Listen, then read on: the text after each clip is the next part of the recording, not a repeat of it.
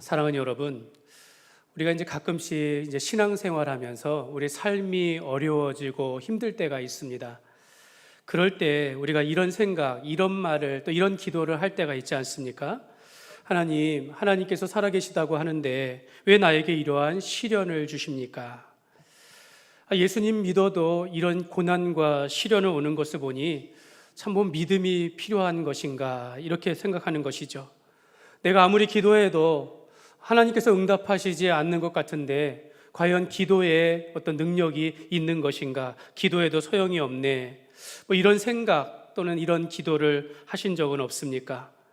우리가 이런 생각을 이제 하면서 점점점 우리가 의심하는 가운데 하나님과의 관계가 멀어지면서, 그러면서 우리가 하나님과의 관계는 멀어지고 세상과는 가까워지면서 세상과 타협하며 점점점 우리가 불의한 방법으로 살아가는 것, 그 모든 것이 아무렇지도 않게 우리가 살아가게 되어지는 것입니다.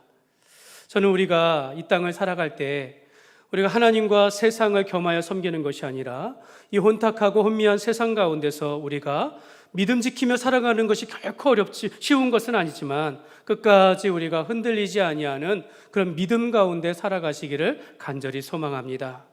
우리가 믿음 가운데 인내하며 살아갈 때 하나님께서는 그 사람과 반드시 함께하여 주시면서 우리가 앞길에 장애물이 있으면 치워주시기도 하고, 내가 그것이 감당하기 어렵다면 피할 길을 내어주시면서, 우리가 믿음 가운데 인내하는 자에게는 믿음의 결국은 영혼의 구원을 받음이라 라고 말씀하신 것처럼 오늘 우리가 천국과 영생에 대한 그런 은혜 가운데 우리가 임하게 될 줄 믿습니다.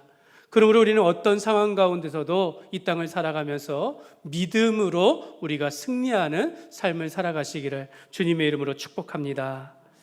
사도 바울이 예루살렘에서 그 유대인들의 박해와 또 환난을 받을 때 사실은 바울을 살려낸 것, 바울이 살게 된 것은 이방인의 도움이었습니다. 로마의 천부장과 군인들의 보호가 있었기 때문에 이 바울은 자기의 동족들의 그런 핍박에서 구원을 받을 수 있었습니다.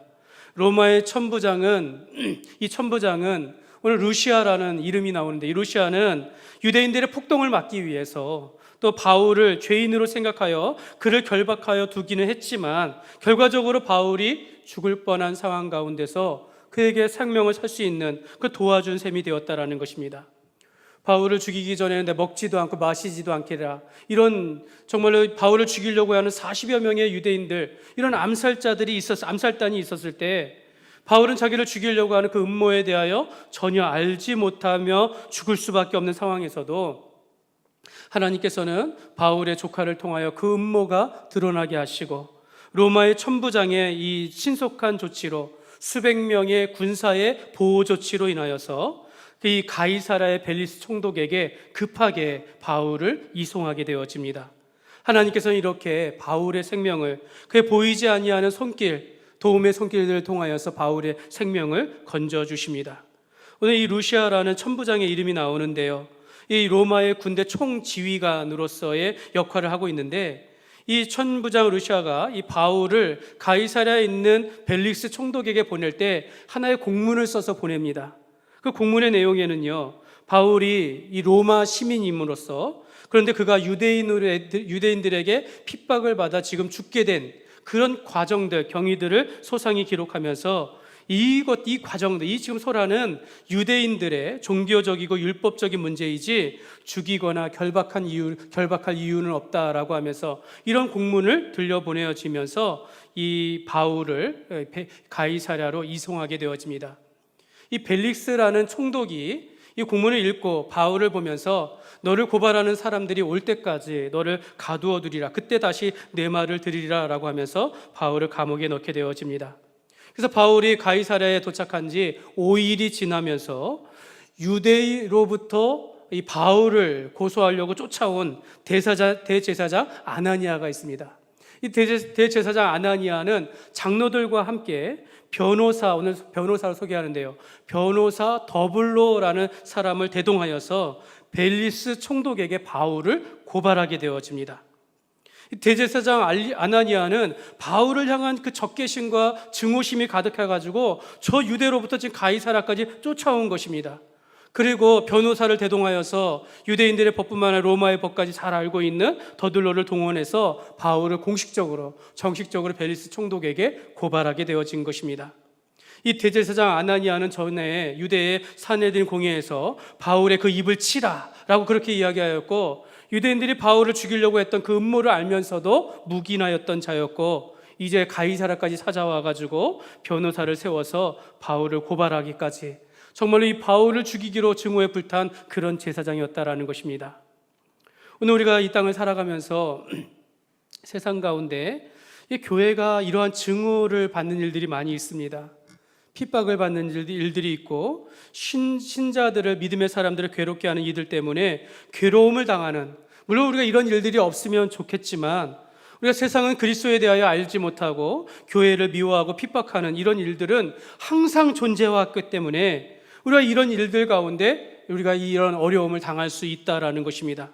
그런데 오늘 말씀을 통해서 우리가 이렇게 교회를 핍박하고 우리가 미움을 받고 모함을 받는다 할지라도 우리가 그리스도인으로서 낙심하거나 두려워하거나 우리가 물러서면 안 된다라는 것을 말씀을 드리는 것입니다. 오늘 우리가 예수님을 믿는 성도로서, 그리스도인으로서 세상 가운데 빛과 소금의 선한 삶을 살아가지만, 여러분, 우리가 복음을 증거하고 진리의 말씀을 붙잡으려다 보면 미움을 받을 수밖에 없다라는 겁니다. 근데 우리가 미움받을 용기, 여러분, 이러한 용기가 우리 안에 있어야 한다라는 것입니다. 특히 오늘날 이제 동성애를 인정하는 우리 포괄적 차별금지법에 대하여 우리가 반대하고 있습니다. 그것이 우리가 제정되지 않도록 기도하고 있는데, 우리가 이러한 일들에 대하여 앞장서거나 우리가 기도할 때 이런 찾아오는 불이익과 증오를 받는 일들이 앞으로도 더 많아질 것입니다. 어쩌면 이 세상은 점점점 기독교와 교회를 향한 미움은 가중될지도 모르겠습니다. 여러분, 우리가 이 땅을 살아가면서, 태어나면서 우리가 생물학적인 성에 의하여서 남자와 여자를 구별하는 것이 맞지 않습니까? 그런데 이 같은 법안들은요, 자기의 성을 자기가 결정할 수 있다는 겁니다. 나의 성적 지향을 자기가 결정하여서 내가 결정하여서 게이나 레즈비언이나 양성애자나 퀴어 등 성소수자의 이런 것들을 자기가 결정할 수 있다는 겁니다.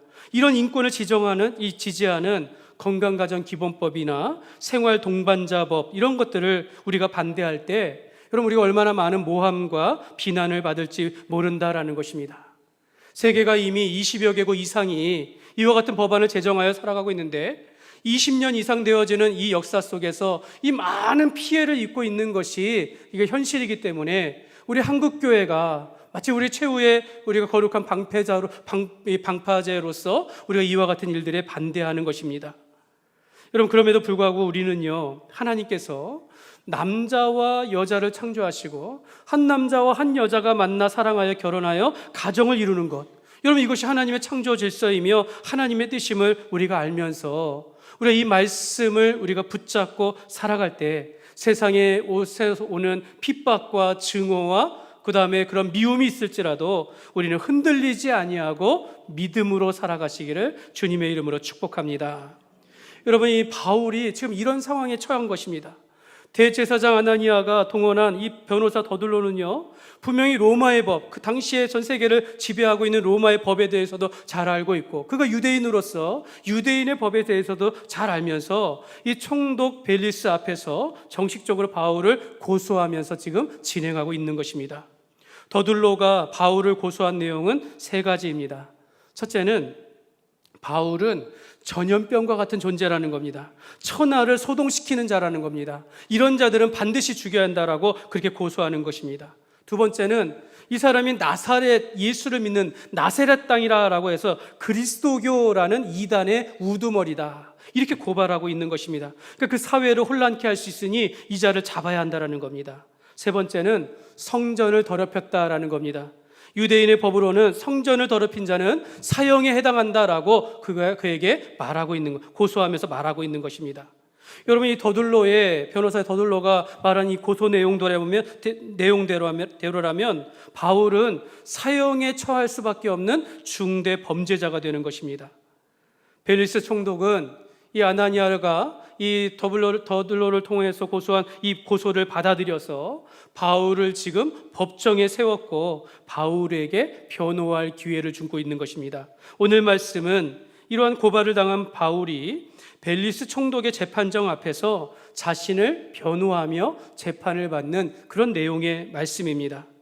오늘 이러한 바울이 정식적인 재판정 앞에서 자신을 어떻게 변호하는지, 그가 그 가운데서 자신이 어떻게 신앙 고백을 하고 있는지를 우리가 살펴보면서 오늘 우리에게 주시는 두 가지 은혜의 교훈을 우리가 살펴 나누기를 원합니다. 첫 번째로, 바울은 불의에 동조하지 아니하고 정직하였습니다. 여러분, 바울을 고소한 이 더들로가 벨릭스 총독에게 말한 내용과 또 이 고발을 당한 이 바울이 벨릭스 총독의 한 말들을 비교해 보면 좀 차이가 있습니다. 이 더들로라는 이 변호사가 벨릭스에게 각하라는 그 존칭을 쓰면서 당신을 힘입어서 우리 유대 나라가 지금 태평성대를 누리고 있습니다 라는 것입니다. 당신의 그 선견지명으로, 각하의 선견지명으로 이 나라가 전반적으로 지금 개선이 되면서 잘 살고 있다라는 거예요. 이 나라가 당신께, 벨리스 총독에게 당신께 큰 은혜를 입었나이다, 이렇게 더들로가 지금 아부하면서 시작하고 있다라는 겁니다. 근데 여러분, 사실 이 벨리스 총독은요, 이미 그 로마에서 파견한 유대의 총독 13명의, 그들 역대 역사의 13명의 총독들 중에 가장 사악한 자였다라는 것을 이미 유대인들이 다 알고 있는 거예요. 그럼에도 불구하고 그 벨리스 총독 앞에서 아부하면서 이렇게 아첨을 한다라는 겁니다. 그러면서 자기가 고소하는 바울을 향해서는요, 전염병과 같은 존재고 나사렛 도당의 괴수라라고 하면서 정말 이 바울을 정말로 적대하면서 악한 존재라고 막 드러내고 있다라는 것입니다. 어떤 사실에 근거가 하는 것이 아니라 자신의 그들이 고소하고 싶은 그 내용을 그대로 바울을 죽이고자 그렇게 말하고 있다라는 것입니다.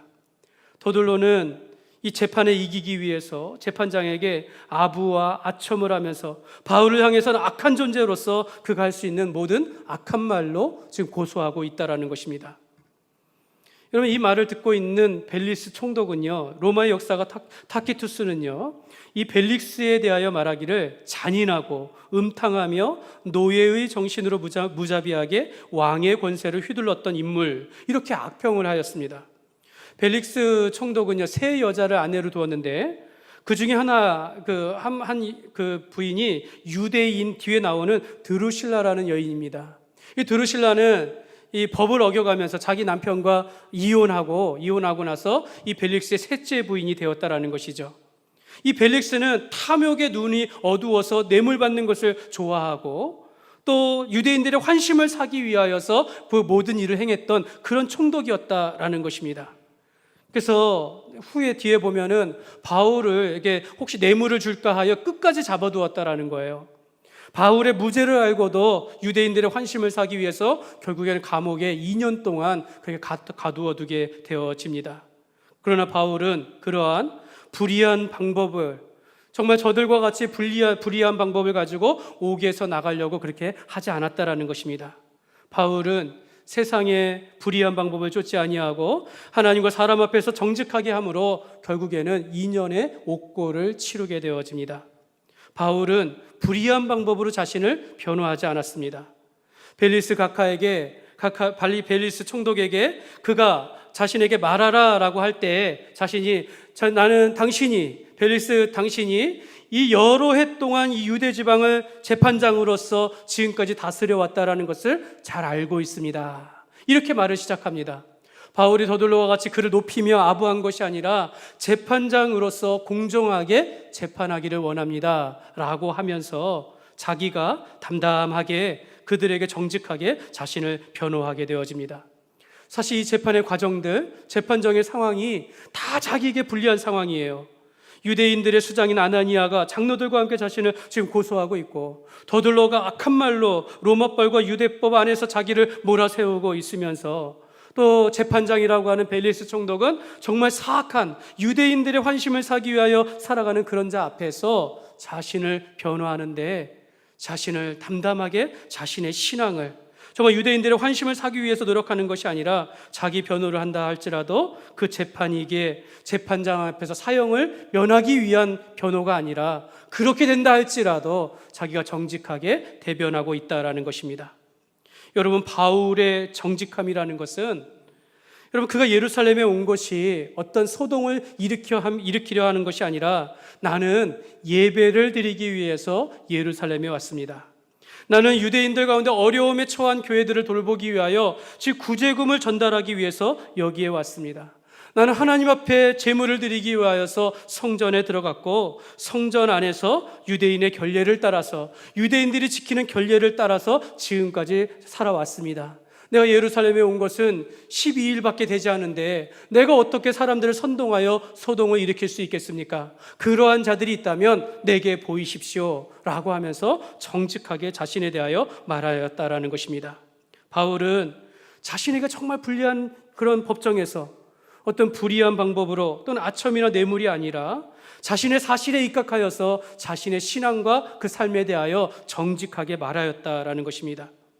그간에 있었던 일들에 대하여 더 보태거나 더 감하는 것이 아니라 사실 그대로 있었던 일들을 말하였다라는 것입니다. 바울이 말한 대로요, 바울은 예루살렘에서 소동을 일으킨 적이 없습니다. 유대인들의 결례를, 그들의 율법을 어긴 적이 없습니다. 다만 그는 예배하며 구제하며 섬기러 예루살렘에 왔다라는 것입니다. 사랑하는 여러분, 하나님은 오늘 우리가 정직하기를 원하십니다. 여러분, 성도에게 정직이란 무엇일까요? 여러분, 성도에게 정직이란 하나님 앞에서 내가 거부하거나 핑계하지 않는 것을 의미하는 것입니다. 전도서 7장 29절의 말씀에 보면 이렇게 말합니다. 내가 깨달은 것은 오직 이것이라 곧 하나님은 사람을 정직하게 지으셨으나 사람이 많은 꾀들을 낸 것이니라. 하나님은 오늘 우리가 이 땅을 살아가면서 하나님의 형상을 따라 살아가며 정직하게 살아가도록 우리를 부르셨다라고 말하는 것입니다. 그러나 사람은 죄로 인하여서 끊임없이 불의한 말을 하고 또 거짓되이 하나님을 멀리하며 살아갔다라는 것이죠. 지금도 우리 거짓의 아비라 하는 사단이 여러분 우리 안에서 속삭인다라는 거예요. 야, 주의를 좀 봐라. 다 그렇게 타협하면서 적당하게 살아가지 않느냐라는 겁니다.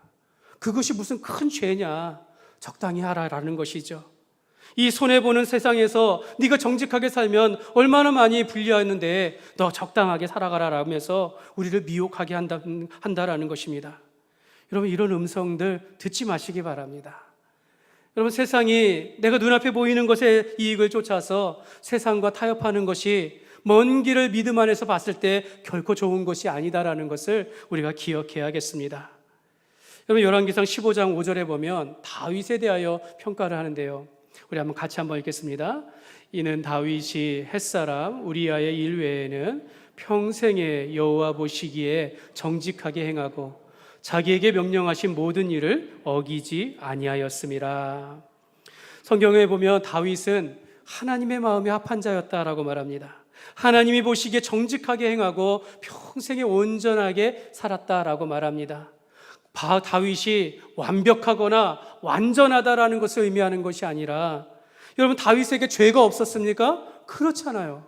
오늘 우리와 비교할 때 우리보다 더 큰 죄를 지은 것이 사실은 다윗이었습니다. 다윗은 왕이 되어서 한가할 때 그 우리아의 아내 밧세바를 보고 음욕을 품고 그에게 그를 품었습니다. 그로 인해서 그 죄를 덮기 위하여서 그 우리아의 아내 밧세바의 남편 된 우리아를 전쟁에 나가가지고 그를 죽게 하였다라는 것입니다. 근데 그 후에 자기의 죄가 나단 선지자를 통하여 들통나자 자기의 죄가 드러났을 때 다윗이 하나님 앞에 엎드렸다라는 것입니다. 자기의 죄를 인정하고 회개하였다라는 것이죠. 성경에 보면 자신의 죄를 깨닫고 통회하면서 자백하면서 다시는 이 같은 죄에 범하지 아니하면서 하나님 앞에 남은 인생을 정직하게 살아갔다라고 성경은 말씀하고 있습니다. 사랑하는 여러분, 우리가 이 땅을 살아가면서 불의한 일에 연루되지 아니하고 불의한 일을 기뻐하지 아니하는 그런 삶을 살아가시기를 바랍니다. 우리가 하나님과 사람 앞에서 정직하게 살아가는 우리의 삶이 되어야 될 줄 믿습니다. 무엇보다도 우리가 완전할 수 없습니다. 우리가 우리의 죄악과 우리의 미혹과 우리의 연약함에 대하여서 우리가 하나님 앞에 정직함을 가지고 나아가서 우리가 하나님 앞에 회개에 합당한 열매를 맺으며 살아가는 저와 여러분이 되시기를 주님의 이름으로 축복합니다. 두 번째로, 바울은 양심에 거리낌이 없는 신앙생활을 하였습니다. 여러분 16절 말씀을 보시겠습니다. 같이 읽겠습니다. 시작. 이것으로 말미암아 항상 양심에 거리낌이 없기를 힘쓰나이다. 여러분, 바울은 전도를 할 때, 오늘날 말하면 교회에서 봉사하거나 일할 때 자신의 어떤 개인의 목적이나 정치적인 목적을 가지고 사람을 선동하지 않았다라는 것입니다. 특히 더들로가 이런 고발을 했지요. 저 바울은 나사렛 땅, 나사렛 예수의 그 그리스도교의 이단의 우두머리다. 나는 그런 사람이 아니다라는 겁니다. 나는 이단이 아니라 바른 진리의 말씀을 따라서 전하였다라고 거리낌 없이 양심껏 말하였다라는 것입니다. 자신을 고발하는 대제사장이나 장로들은 예수 그리스도를 믿고 증거하는 것을 이단이라고 정죄하고 있지만 결코 그렇지 않다라는 것을 바울이 논리적으로 지금 반박하고 있는 겁니다. 먼저 저 자신을 고발하는 저 대제사장들과 유대인들이 말하는 그 저들은 나를 이단이라고 하지만 저들이 따르는 그 도를 따라서 지금도 내가 살아왔다라는 겁니다. 저들이 구약의 율법과 선지서의 말씀들을 믿었는데 나도 그 말씀을 믿는다라는 겁니다. 나도 율법을 따라서 지금까지 왔고 저들이 기다리는 그 하나님을 바라보며 소망하는 그리스도를 바라보면서 나도 여기까지 왔다라고 사도 바울이 말하는 것입니다. 여러분, 이 말을 듣는 벨릭스는요, 이미 다 잘 알고 있습니다.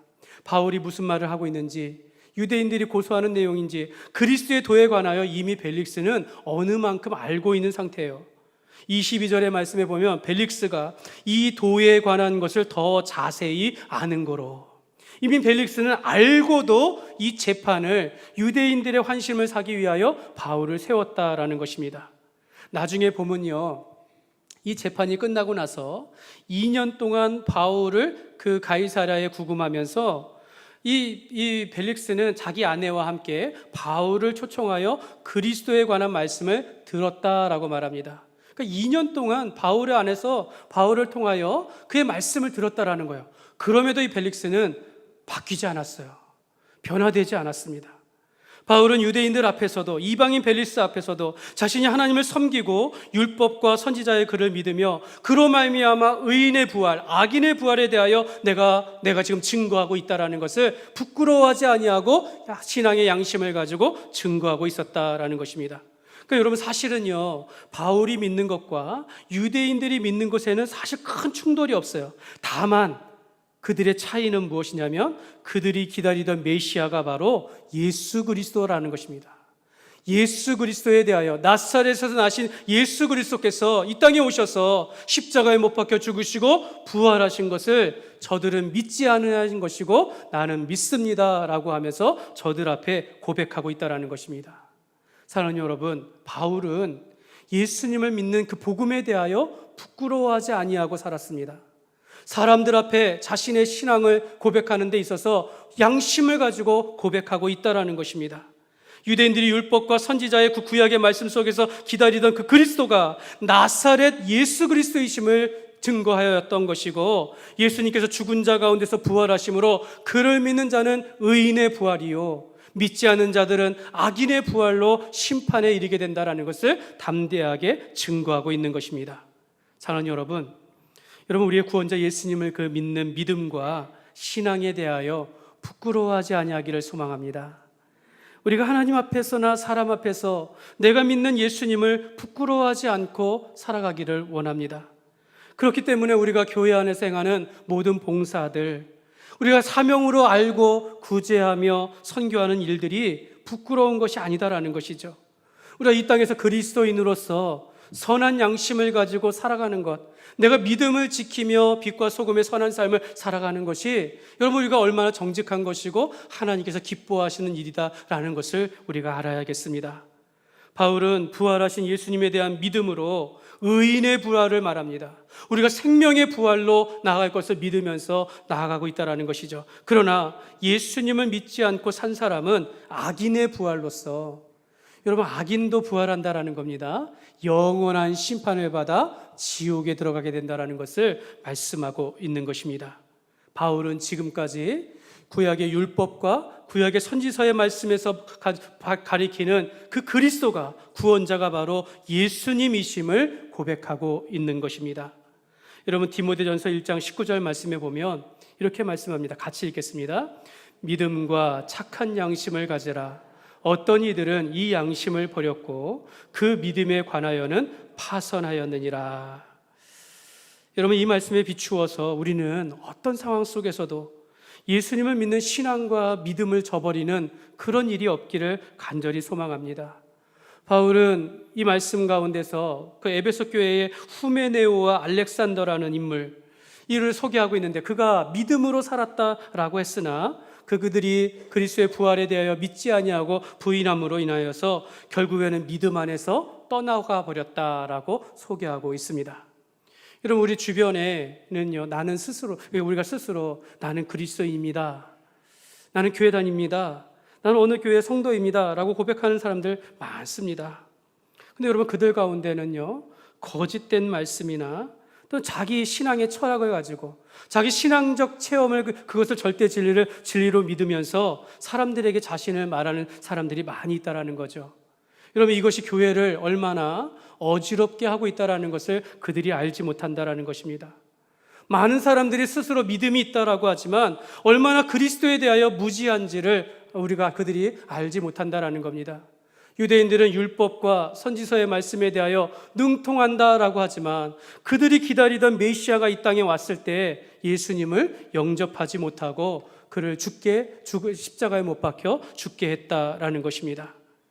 우리가 하나님의 사람이라고 하면서도 우리가 사람들 가운데서 얼마나 우리가 거짓을 말하고 우리가 악한 영향력을 미치면서 하나님의 영광을 가리우는지 모른다라는 것입니다. 여러분, 성경은 이러한 그리스도인들에게 이렇게 말합니다. 고린도전서 10장 12절 말씀에 보면 그런즉 선줄로 생각하는 자는 넘어질까 조심하라. 여러분, 우리가 예수 그리스도에 대한 도에 대해 올바르지 못하면 우리가 언제든지 믿음 안에서 버림을 받을 수 있다는 겁니다. 마가복음 10장 31절 말씀에 보면 그러나 먼저 된 자로서 나중되고 나중된 자로서 먼저 될 자가 많으니라. 여러분, 먼저 된 자가 나중된다라는 것은 하나님의 믿음 안에서 버림을 받는다라는 것입니다. 사랑하는 여러분, 성도의 바른 양심이라는 것은요, 바른 진리의 말씀을 붙잡는 것입니다. 내가 예수 그리스도를 믿는 믿음 안에서 확실해야 내가 삶에 부끄러워하지 아니하고 내가 이 믿음의 신앙 양심을 붙잡고 올바른 신앙생활과 신앙 고백을 하면서 살아갈 수 있는 것입니다. 여러분, 성경은 말씀하기를 성도는요, 모든 선한 일을 행하기를 준비하라 말합니다. 세상 가운데 살아갈 때 내가 선한 말하며 선한 일을 행하는데 준비되어서 디도서 3장 2절의 말씀에 보면 아무도 비방하지 말며 다투지 말며 관용하며 범사에 온유함을 모든 사람에게 나타낼 것을 기억하게 하라 라고 말씀하고 있습니다. 사랑하는 여러분, 하나님은 우리가 이 땅을 살아갈 때 예수 그리스도를 믿는 믿음 안에 선한 양심을 가지고 살아가도록 오늘 성령님을 우리에게 부어주셨다라고 성경이 말씀합니다. 그러므로 오늘 우리에게 있는 선한 양심이라는 것은 개인의 내 철학을 가지고 정직함을 말하는 것이 아니라 성령의 인도하심을 갖는 것입니다. 하나님의 말씀에 비추어서 성령의 인도하심 가운데 신앙의 양심을 가지고 살아가는 것을 우리가 성도의 양심이라고 할 수 있는 것입니다. 그러므로 오늘 우리가 하나님과 사람 앞에서 부끄러울 것이 없는 선한 양심을 가지고 부끄럽지 아니하는 믿음 생활을 하시기를 주님의 이름으로 축복합니다. 말씀을 맺겠습니다. 사랑하는 여러분, 성도의 참된 믿음은 우리가 이 땅을 살아가면서 여러 가지 기적이나 이적을 체험하는 것보다 예수 그리스도의 십자가와 부활에 대한 확실한 지식과 믿음을 갖는 것입니다. 그리고 그 믿음 안에서 우리가 주를 섬기는 일에 최선을 다하는 것이고, 우리가 일상의 삶 속에서 예수님을 믿는 믿음 안에서 우리가 하나님을 기쁘시게 하며 선한 양심을 가지고 살아가는 것입니다. 우리가 세상 사람들에게 우리가 어떻게 보여야겠습니까? 우리가 빛과 소금의 선한 삶을 살아가는 것뿐만 아니라 우리가 선한 행실을 따라 살아가는 것뿐만 아니라 우리가 믿는 믿음 안에서는 결코 저들이 나를 미워하고 모함한다 할지라도 이 양심의 거리낌이 없이 부끄러워하지 아니하고 살아가는 것을 의미하는 것입니다. 사도 바울은 자신을 모함하며 고소를 당하며 불의한 재판장 앞에 섰을지라도 자신은 불의하지 아니하고 정직하게 자신을 변호하였습니다. 또한 바울은 그의 신앙과 믿음에 있어서 하나님과 사람 앞에서 부끄러울 것이 없는 선한 양심을 가지고 살았다라고 말씀하고 있습니다. 사도 바울은 이로 인하여 이 재판의 결과가 자신의 무죄나 또는 자유를 얻은 것이 아니라 오히려 2년 동안 옥중에 구금되는 그런 상황에 갇히게 되었지만 하나님은 그의 인생을 여전히 붙들어 주시고 선한 길로 인도하시게 되는 것입니다. 그러므로 오늘 우리도 이 땅을 살아가면서 하나님의 자녀된 자들은 하나님께서 반드시 지켜주시고 보호하심을 우리가 믿으면서 우리가 바울과 같이 세상의 불의한 방법이 아니라 정직한 영을 쫓아 살아가며 예수님의 그 십자가와 부활의 도를 우리가 부끄러워하지 아니하는 믿음의 양심을 가지고 살아가는 저와 여러분이 되시기를 주님의 이름으로 축원합니다.